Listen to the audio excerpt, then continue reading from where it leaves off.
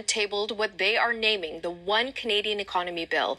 It's aimed to remove internal trade barriers and expedite infrastructure projects. Carney says breaking down barriers within Canada is how we are going to survive in this trade war with the United States. But by building at home, we will truly make Canada strong. That's what First Ministers unanimously committed to in Saskatoon on Monday. That's why we're introducing the legislation today. We're giving Canadians the ability to give ourselves far more than any foreign government can ever take away. We can build big, build bold, build now, build one Canadian economy, build a better Canada for all and for all time.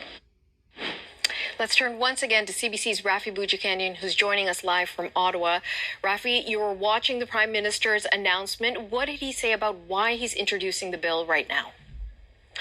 He's wanting to build on that momentum from the Saskatoon meeting with the First Ministers, Natasha. It went well by all accounts. We saw a lot of smiling premiers that day going into the meeting, and perhaps more rarely, given how these things have tended to go in the last decade or so, also coming out of the meeting with smiles. The Prime Minister says he wants to build on that. So what this bill proposes is the creation of this major projects office, which would help coordinate faster approvals for major projects in this country. Ottawa estimates that it currently takes up to 5 years for that to happen. They want to bring that down to 2.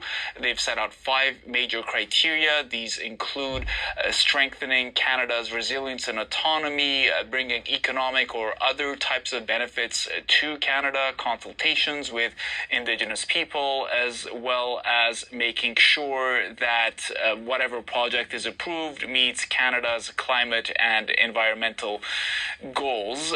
Now, Carney is saying that he wants to try to get this legislation passed as quickly as possible, and he talked about those timelines answering questions to reporters. Have a listen. Look, we're in a crisis. We're in an economic crisis. We sometimes, glide over that. This government doesn't. We're focused on the issues. We're still facing and intensifying unjustified tariffs from our largest trading partner. And the best way to respond to that is to respond at home, to build strength at home. We have a tremendous opportunity to build strength at home. This bill helps to unlock that, and we will do everything to get it passed before the summer. And Parliament needs to sit longer. It should sit longer in order to get it passed. Rafi, how is this all going to work when it comes to cooperating between the provinces, territories, and let's not forget the all-important relationship between the Crown and various Indigenous communities and leaders?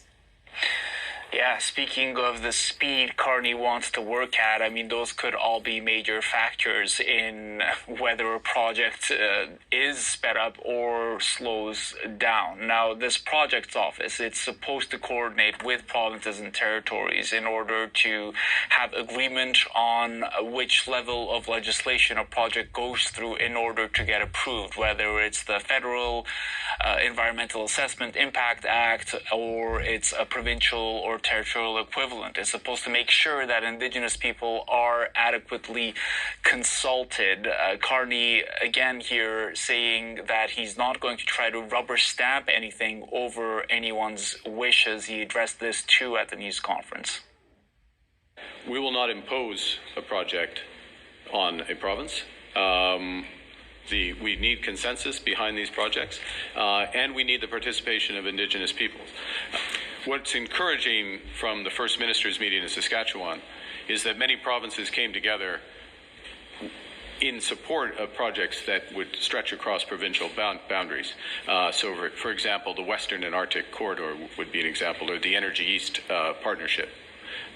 That's Energy East Partnership, not pipeline, to be clear.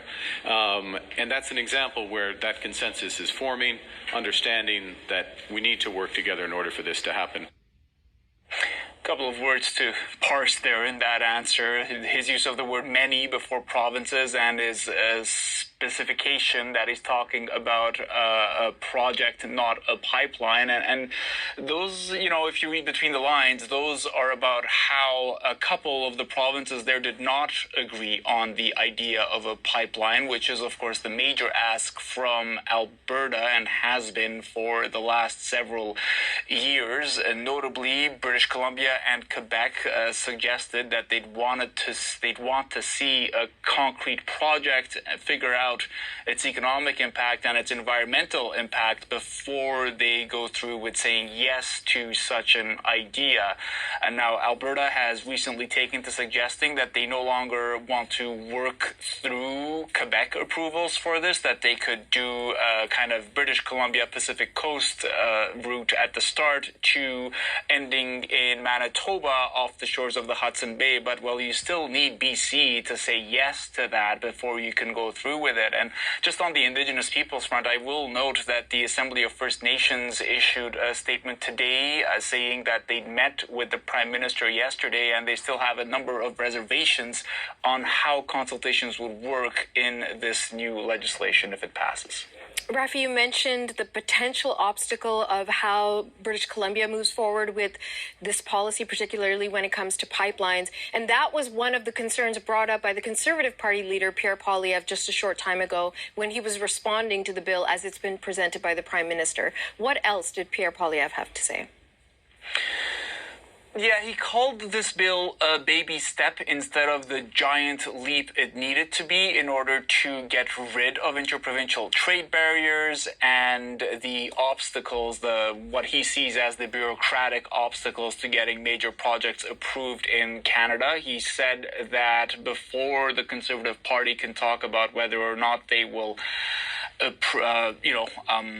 vote yes on this legislation in Parliament, they'll need to have a talk in caucus, which will be next Wednesday, and they certainly would have a number of amendments to present to the legislation, including getting rid of the Federal Environmental Impact Assessment Act, which the Conservatives have a number of other names for. I'll let you listen to Pierre Poilievre. We are happy to collaborate with any of the parties on this bill, and we want to amend it to scrap the No Development Law C-69, the shipping ban, the energy cap, bring in shovel-ready zones, eliminate the industrial carbon tax. We will work on a nonpartisan basis with any party to do all of that before Canada Day. And if the Prime Minister is really interested in getting things done, I'm sure that he will work with us on that too. I will say that repealing Bill C-69, that's not strictly a conservative federal idea. Alberta Premier Danielle Smith has talked about the need to do that. Ontario Premier Doug Ford said that earlier this week in Saskatoon, that law has got to go. Carney has been asked about that a number of times during the election campaign as well as since, and it doesn't look like he wants to budge on that. CBC's Rafi Bouchikanian in